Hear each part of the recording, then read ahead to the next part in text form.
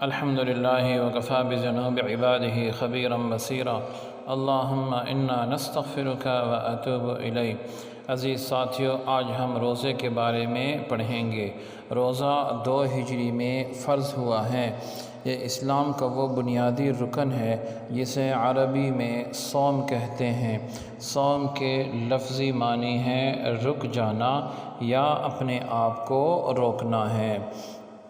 روزے کی تعریف ہے کہ صبح صادق سے لے کے غروب آفتاب تک اللہ رب العزت کی رضا کے لیے بعض مخصوص امور کی سرانجام دہی اور کھانے پینے سے اپنے آپ کو روکے رکھنا ہے، جو روزے کا مفہوم کہلاتا ہے۔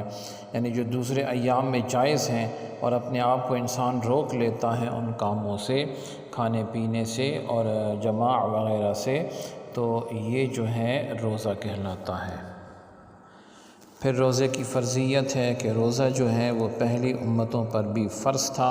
سورہ بقرہ آیت نمبر 183 میں ارشاد ہے: اعوذ باللہ من الشیطان الرجیم، بسم اللہ الرحمن الرحیم۔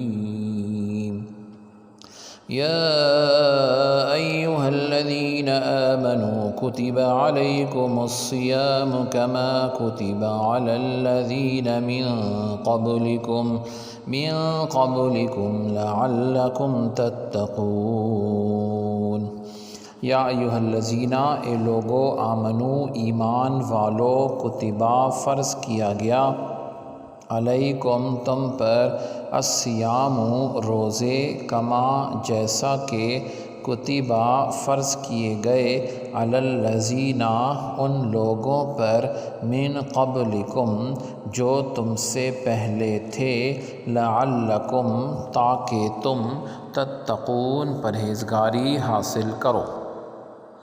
تو یہ پتہ چلا کہ روزے کا اصل مقصد جو ہے وہ تقویٰ کا حصول ہے، پرہیزگاری حاصل کرنا ہے، اور تقویٰ اللہ رب العزت کا وہ خوف ہے اور دل کی اس کیفیت کا نام ہے جس سے انسان برائیوں سے رک جاتا ہے اور نیکیوں کی جانب راغب ہو جاتا ہے۔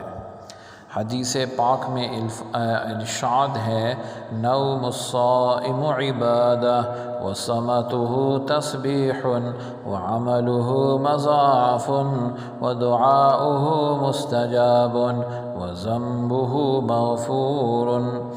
کہ نبی علیہ السلام کا ارشاد ہے کہ روزے دار کا سونا بھی عبادت ہے، اس کی خاموشی تسبیح ہے، اس کے عمل کا ثواب دگنا ہے، اس کی دعا قبول کی جاتی ہے اور اس کے گناہ جو ہیں وہ بخش دیے جاتے ہیں۔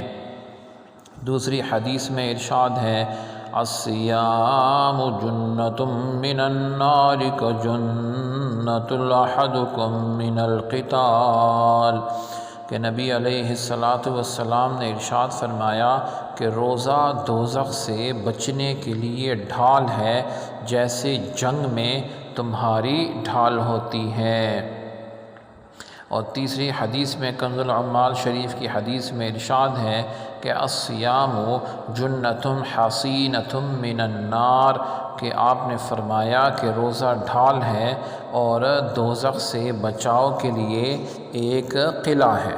اور کنز العمال شریف کی ایک دوسری حدیث میں ارشاد ہے کہ الصیام جنۃ ما لم یخرقها بکذب او غیبۃ، کہ رسول اللہ صلی اللہ علیہ وسلم نے ارشاد فرمایا کہ روزہ ڈھال ہے جب تک کہ صاحب روزہ اسے جھوٹ اور غیبت سے پھاڑ نہ دے۔ سبحانک اللہم وبحمدک، اشہد ان لا الہ الا انت، استغفرک واتوب الیک، وصلی اللہ تعالی علی خیر خلقہ محمد وعلی آلہ واصحابہ اجمعین، برحمتک یا ارحم الراحمین۔